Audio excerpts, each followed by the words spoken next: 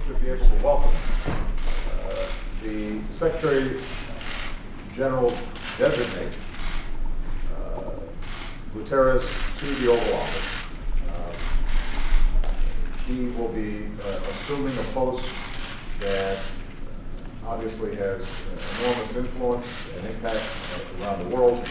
The good news is that he has an extraordinary reputation as someone who has led multilateral organizations at the highest level and has done so in ways that everybody recognizes has been extraordinarily effective. Most recently, his work with the UN High Commission on Refugees has been applauded for its effectiveness, its efficiency, and his ability to really concretely help people who are in extraordinary need.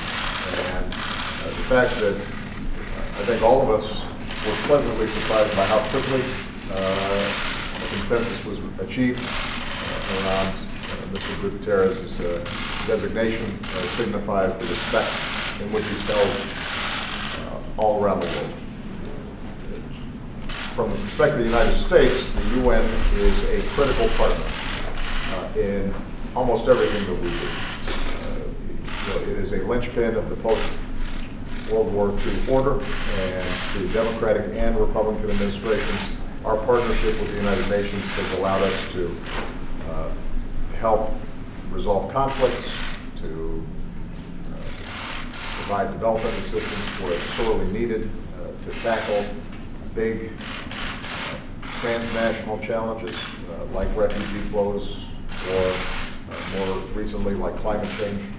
And at a time when those challenges are mounting and there's great uncertainty around the world, having an effective partner in the United Nations Secretary General will be critically important.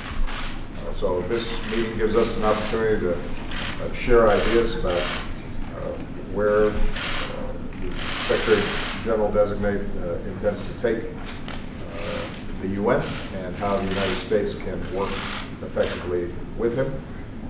I've emphasized to the current Secretary General, Ban Ki-moon, how important the United States considers the UN, but also how important it is, we believe, to make sure that the UN operates efficiently, that money's well spent, that we're doing everything we can to initiate the kinds of effective management practices that Mr. Guterres is known for, so that when we all have to be pitching pennies and being concerned about the needs around the world outstripping our resources, that the work we do in the UN is effective, concrete, that it's not just a forum for talking, but it's also a forum for doing. And I have great confidence that our soon-to-be Secretary General will be able to be an extraordinarily effective leader of that organization. And the United States looks forward to working with him. So, congratulations and good luck.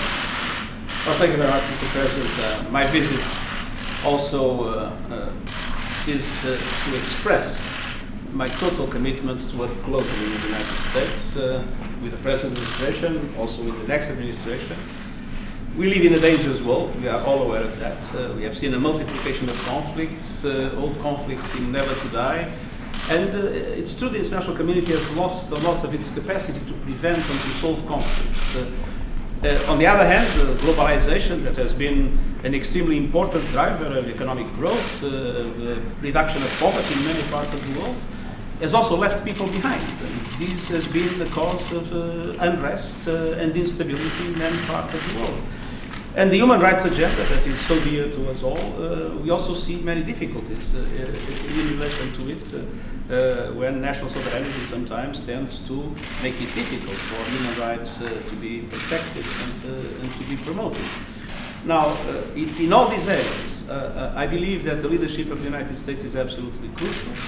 And in all these areas, I believe that we need a UN that is more effective, more cost effective, more able to serve the people, with a very strong reform-minded approach. And the US has always been a driver for reform in the UN, and I'm deeply committed to pursue that objective, to make sure that the UN can be a positive partner in the efforts that the US is leading with.